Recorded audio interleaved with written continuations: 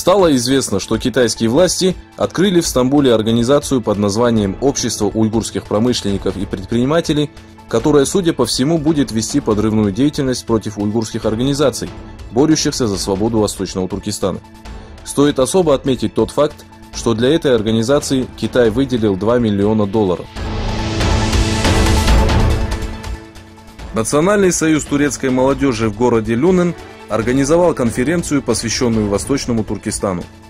Тем временем в главном офисе организации, находящейся в Атаюрте, была проведена конференция на тему «Религиозные ученые и имамы, задержанные китайскими властями». Некоторые из присутствующих предоставили ООН и правозащитным организациям доказательства об их задержанных родственниках, имамах и учителях. Также филиал организации «Культурное движение человечества», находящийся в Ускударе, организовала конференцию, гостем которой стал глава Общества просвещения и сотрудничества Хидаятулла Огузхан, осветивший нынешнее положение Восточного Туркестана. Перед консульством Китайской Народной Республики в Стокгольме были проведены протесты против китайских властей, нарушающих права коренных жителей Восточного Туркестана. Тем временем Бельгийская Исламская Федерация организовала митинг у посольства Китая в Брюсселе.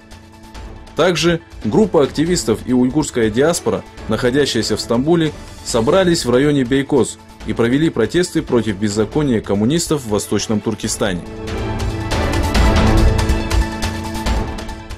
Сторонники Гуаида продолжают призывать США на помощь. Особое внимание заслуживает наличие израильского и американского флага на митингах оппозиции.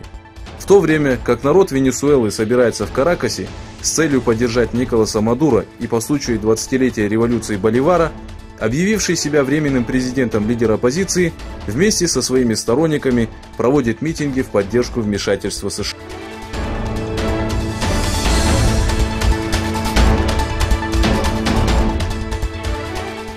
После того, как Иран протестировал баллистические ракеты дальнего действия, премьер-министр Израиля Биньямин Нетаньяху обратился к правительству Ирана следующими словами: «Нам известно, что вы замышляете.